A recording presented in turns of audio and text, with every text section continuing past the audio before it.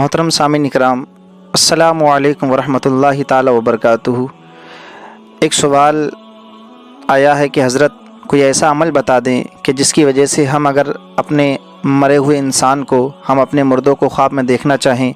تو کس طریقے سے دیکھیں گے۔ تو آئیے اس کا جواب دیتے ہیں۔ اس کا جواب یہ ہے، اس کا عمل یہ ہے،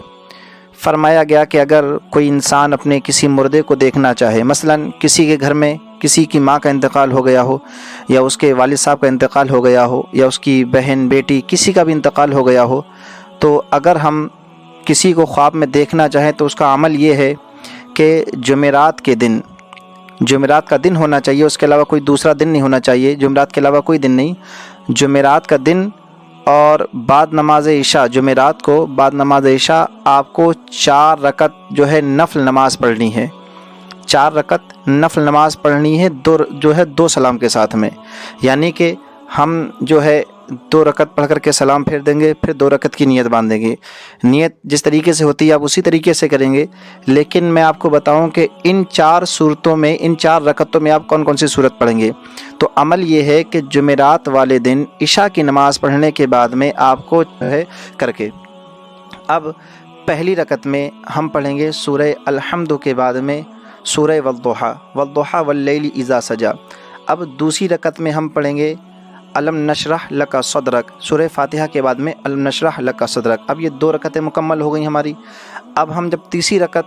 جو نیت باندھیں گے ہم، تو اس میں پڑھیں گے سورہ والتینی، یعنی والتین والزیتون، اور اس کے بعد میں ہم دوسری رکعت میں الحمد کے بعد پڑھیں گے سورہ قدر، کون سی؟ انا انزلناہ فی لیلۃ القدر۔ تو آپ کو عمل یہی کرنا ہے کہ ہر جو ہے عشاء کی نماز کے بعد میں جمعرات والے دن آپ کو یہ 4 رکعت جو ہے نماز نفل ادا کرنی ہے، اور اس کے بعد میں آپ کو جو ہے عشاء کی نماز کے بعد میں اس 4 رکعت نفل کے بعد میں آپ کو جو ہے کم سے کم 3 مرتبہ درود غوثیہ پڑھنا پڑے گا۔ 3 مرتبہ درود غوثیہ پڑھنے کے بعد میں 113 مرتبہ سورہ تکاثر، الحاکم التکاثر، یہ والی سورت جو ہے آپ کو پڑھنا ہے، اور پڑھنے کے بعد میں آپ جو ہے پڑھنے کے بعد میں پھر 3 مرتبہ درود غوثیہ پڑھیں گے، پھر اللہ رب العزت کی بارگاہ میں دعا کر دیں گے، اے مالک و مولا، اس قرآن پاک کے صدقے سے، اس عمل کے صدقے سے، اس وظیفے کے صدقے سے مولا میں فلاں مرحوم کو دیکھنا چاہتا ہوں، یا اللہ تو مجھے خواب میں اس کی زیارت فرما۔ تو انشاءاللہ یہ عمل، یہ وظیفہ ایسا ہے کہ جس کو بڑے بڑے عالمی اور بڑے بڑے عاملین حضرات نے اپنی کتابوں کے اندر اس کو لکھا ہے۔ تو اگر آپ بھی انشاءاللہ اس عمل کو کریں گے تو انشاءاللہ اللہ رب العزت جو ہے ہمیں اور آپ کو جو ہے وہ چیز دکھا دے گا کہ جو ہم جس چیز کی ہم نے خواہش کی ہے، انشاءاللہ وہ چیز ہمیں خواب میں نظر آ جائے گی۔